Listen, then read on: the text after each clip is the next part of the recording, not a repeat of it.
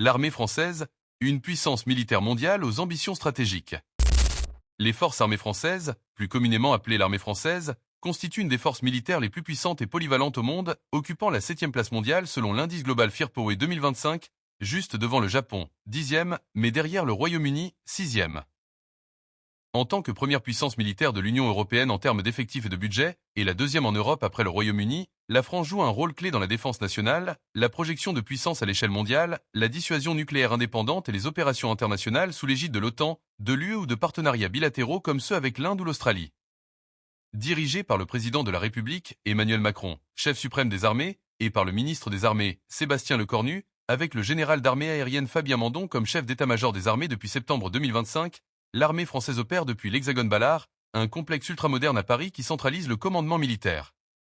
Ce texte offre une exploration exhaustive de la structure, des effectifs, du budget, des équipements, des déploiements, des défis et des ambitions stratégiques de l'armée française, avec des données actualisées au 1er octobre 2025, basées sur des sources fiables comme le ministère des Armées, Global Firepower, des rapports parlementaires et des analyses de défense.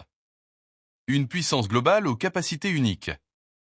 Forte de son histoire militaire riche, marquée par des figures comme Napoléon et des engagements majeurs lors des 2 guerres mondiales, la France maintient aujourd'hui une armée capable de répondre à une multitude de menaces, qu'il s'agisse de conflits conventionnels, de guerres asymétriques comme le terrorisme ou de menaces hybrides telles que la cyberattaque. Sa capacité à projeter des forces sur des théâtres éloignés, comme l'Indo-Pacifique ou le Sahel, la place parmi les rares nations dotées d'une portée globale, aux côtés des États-Unis, du Royaume-Uni et, dans une moindre mesure, de la Russie. Cette aptitude repose sur une industrie de défense souveraine, incarnée par des géants comme Dassault Aviation, producteur du Rafale, Naval Group, sous-marins Suffren et porte-avions, et Thales, systèmes électroniques avancés. En 2024, les exportations d'armement ont atteint un record de 29 milliards d'euros, avec des contrats emblématiques comme la vente de 80 Rafales aux Émirats Arabes Unis ou de sous-marins Scorpène à l'Inde. Ces succès, qui incluent également des partenariats avec l'Indonésie et l'Égypte, renforcent non seulement l'économie française, mais aussi son influence géopolitique, en faisant un acteur incontournable sur la scène internationale. Cependant, malgré ses atouts, l'armée française fait face à des défis structurels.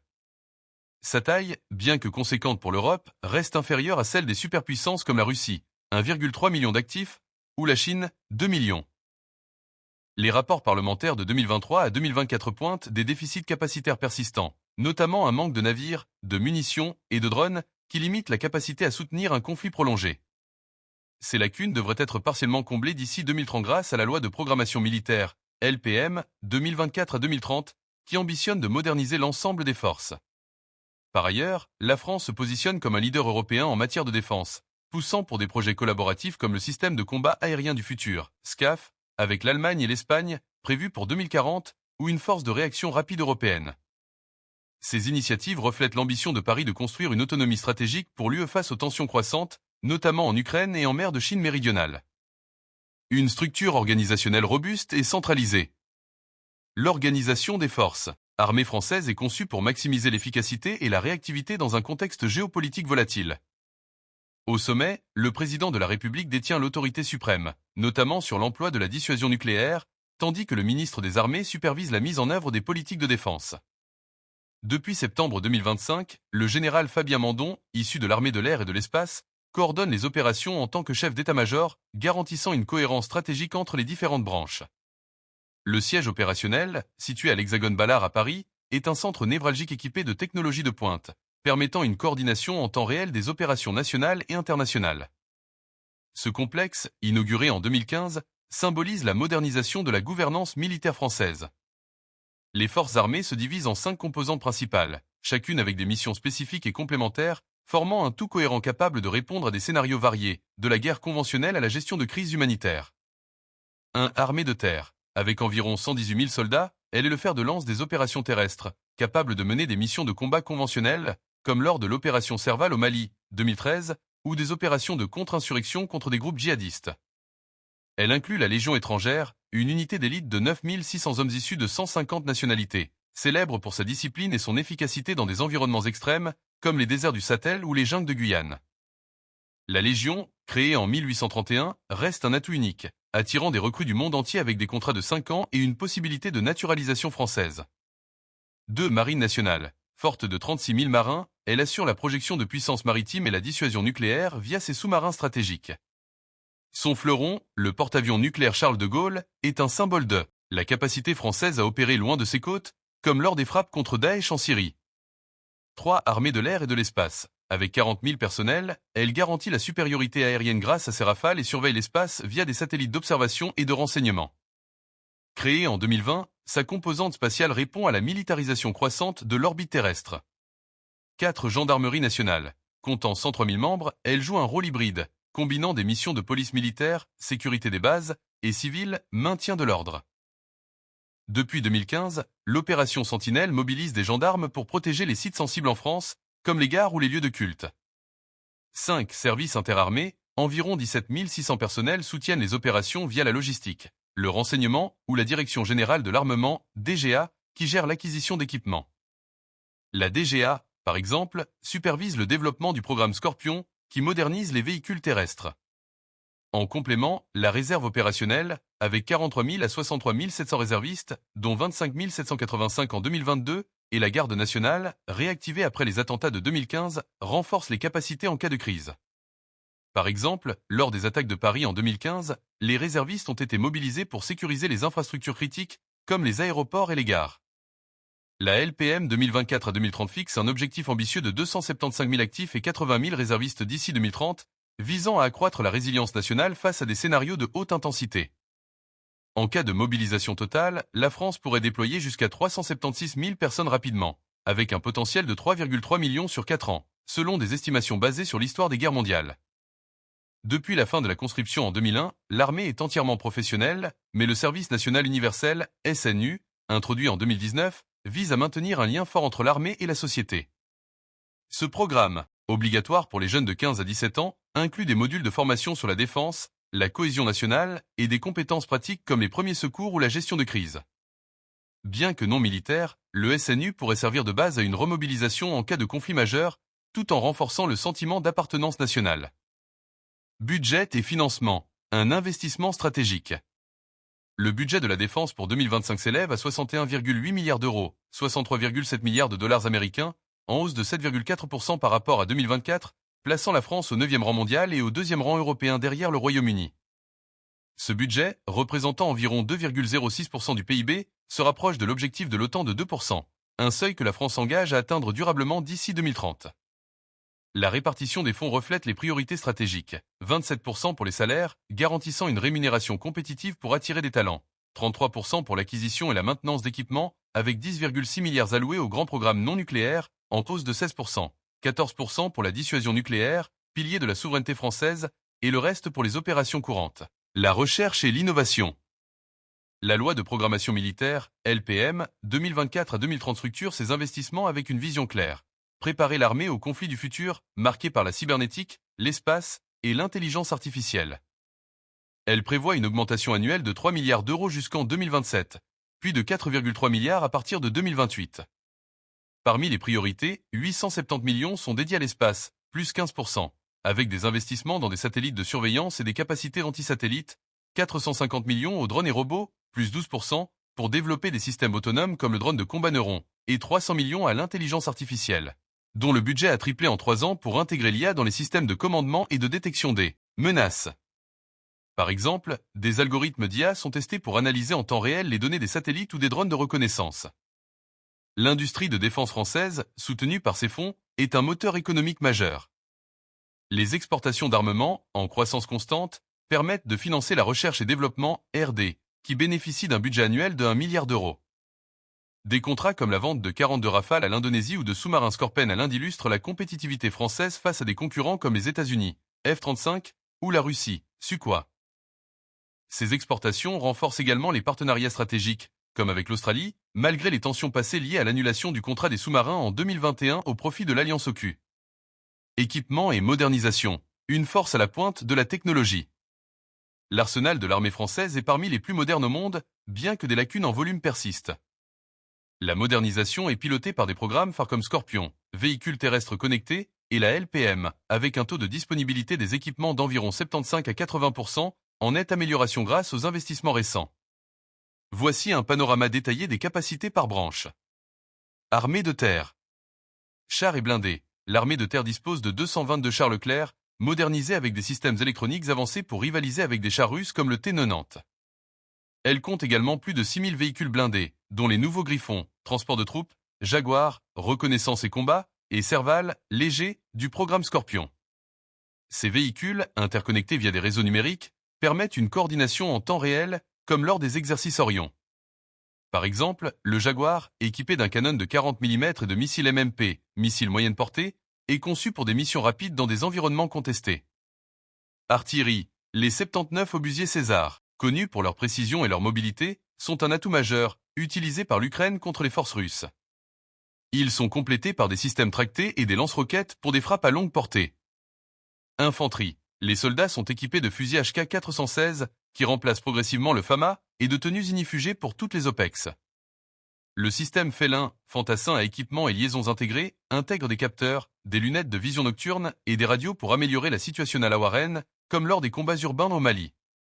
Hélicoptères, l'aviation légère de l'armée de terre, ALA, utilise des NH-90 Caïman pour le transport et des Tigres pour le combat, modernisés avec des missiles air-sol pour des frappes de précision. Marine nationale. Porte-avions, le Charles de Gaulle, unique porte-avions nucléaire européen, est capable de déployer 40 avions Rafale et hélicoptères pour des missions lointaines, comme les frappes contre Daesh en 2015. Un second porte-avions, le PAN, porte-avions de nouvelle génération, est en étude pour une mise en service vers 2038, renforçant la capacité océanique française. Sous-marins, la flotte comprend 10 sous-marins, dont 4 SSBN, le Triomphant, pour la dissuasion nucléaire, et Cisna, Suffren, en cours de livraison. Les Suffren, équipés de missiles de croisière navale, offrent une capacité de frappe à longue portée, comme des attaques contre des cibles terrestres à 1000 km. Frégates et destroyers. La marine dispose de 15 frégates et destroyers, dont les FREMM, multimissions, anti-sous-marines, et Horizon, défense aérienne. 7 nouveaux patrouilleurs OPV et 3 ravitailleurs BRF, classe Vulcano, entrent en service d'ici 2027 pour renforcer la logistique maritime.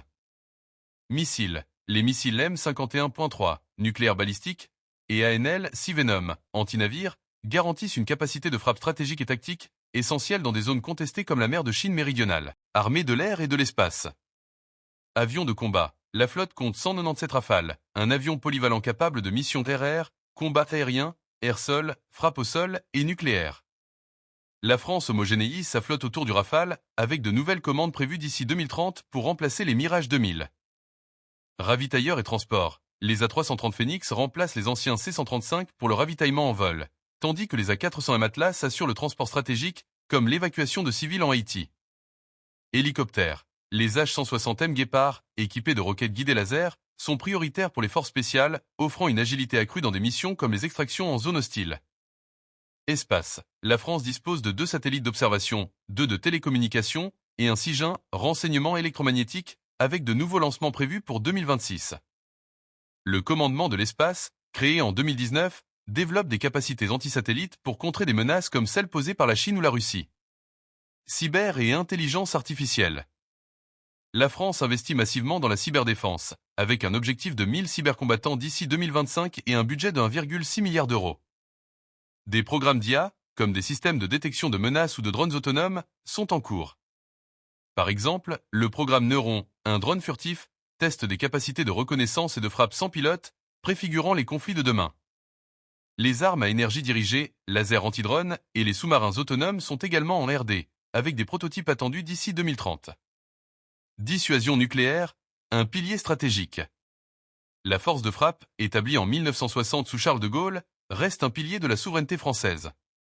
Elle repose sur 4 sous-marins SSBN, le Triomphant, équipés de missiles M51.3, capables de frapper à 10 000 km avec une précision inégalée. Des missiles ASMA, air-sol moyenne portée améliorée, portés par les Rafales pour des frappes tactiques nucléaires. Un budget de 8,6 milliards d'euros par an, garantissant une dissuasion indépendante, contrairement à celle du Royaume-Uni, qui dépend partiellement des États-Unis. La France, signataire du traité de non-prolifération, TNP, en 1992, modernise ses capacités avec le futur missile M51.4, 2030, et LASN 4G, post-2035, renforçant sa posture stratégique face à des puissances comme la Russie ou la Chine. Déploiements internationaux, une présence sur tous les continents. En 2025, environ 36 000 soldats sont déployés dans des opérations d'extérieur, OPEX, démontrant la capacité française à intervenir simultanément sur plusieurs théâtres. Afrique. Bien que l'opération Barkhane au Sahel ait pris fin en 2022, une présence résiduelle persiste au Tchad, au Mali et au Niger pour contrer les groupes djihadistes comme AQMI. La France maintient des bases permanentes à Djibouti, 1500 hommes, et au Gabon, servant de point d'appui stratégique.